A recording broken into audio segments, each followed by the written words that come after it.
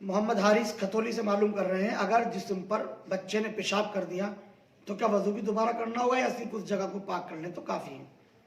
जी, जिस जगह बच्चे ने पेशाब कर दिया है उस जगह को धो लेना काफ़ी है। अगर कपड़ों के ऊपर पेशाब लग गया है तो जहाँ बच्चे ने कपड़ों पर पेशाब कर दिया है उस जगह को धो लेना काफ़ी है, या ज़्यादा है या कराहत हो रही है तो कपड़े तब्दील कर लें। वजू अलबत्ता नहीं टूटता है इससे।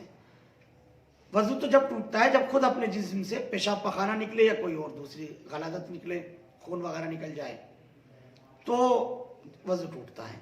बच्चे ने जिस्म पर पेशाब कर दिया है तो उस जगह को जिस्म की पाक कर लेना चाहिए, उस कपड़े को पाक कर लेना चाहिए, ये काफ़ी है। वजू करना दोबारा ज़रूरी नहीं है, वजू आपका बाकी है। Thank you for watching Mufti Ashik Phulati.